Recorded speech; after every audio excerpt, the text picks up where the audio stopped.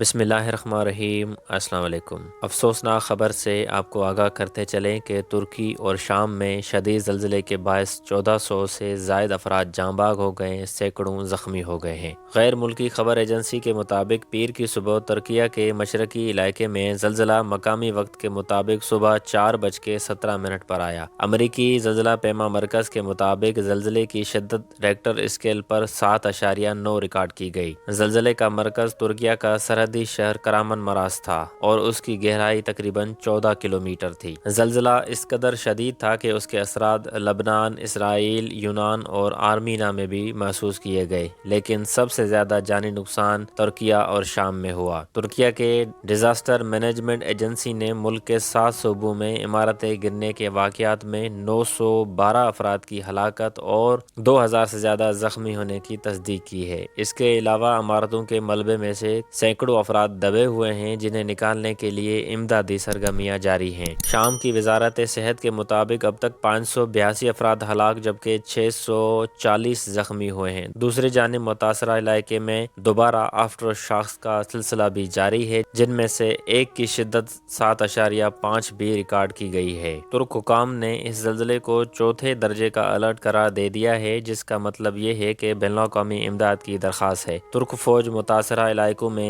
طبی ٹیموں کی منتقلی میں تعاون کر رہی ہے۔ اس زلزلے سے ترکی کی 10 سے زیادہ ریاستیں متاثر ہوئی ہیں۔ ابتدائی اطلاعات کے مطابق جنوبی ترکی کے صوبوں میں بڑی تعداد میں عمارتیں تباہ ہو گئی ہیں۔ ملاتیا صوبے کے گورنر نے کہا ہے کہ علاقائی دارالحکومت میں تقریباً 130 عمارتیں منہدم ہو گئی ہیں۔ شام کے سرکاری میڈیا نے یہ اطلاع دی ہے کہ حلب اور حما کے مرکزی شہروں میں کچھ عمارتیں تباہ ہو گئی ہیں۔ دمشق میں بھی اس زلزلے کے جھٹکے محسوس کیے گئے ہیں۔ یہ خطہ زلزلوں سے متاثر ہونے والے دنیا کے سب سے زیادہ فعال علاقوں میں سے ایک ہے۔ 1999 میں بھی ترکی کے مغربی شہر ازمیت میں 7.6 شدت کے زلزلے سے ہزاروں افراد ہلاک اور بہت سے بے گھر ہو گئے تھے۔ 2011 میں مشرقی شہر وان میں 7.1 شدت کے زلزلے سے 500 سے زیادہ افراد ہلاک ہوئے تھے۔ میری اللہ تعالیٰ سے دعا ہے کہ اللہ تعالیٰ ہم سب پر اپنا رحم و کرم فرمائے۔ جو اس زلزلے میں ہلاکتیں ہوئی ہیں، اللہ تعالیٰ ان کی مغفرت فرمائے، اللہ تعالیٰ ان کے لیے آسانیاں عطا فرمائے، پریشانیاں دور فرمائے۔ جو زخمی ہیں اللہ تعالیٰ ان کو کامل شفا عطا فرمائے۔ اللہ تعالیٰ ہم سب مسلمانوں پر اپنا رحم اور کرم فرمائے، ایسی ناگہانی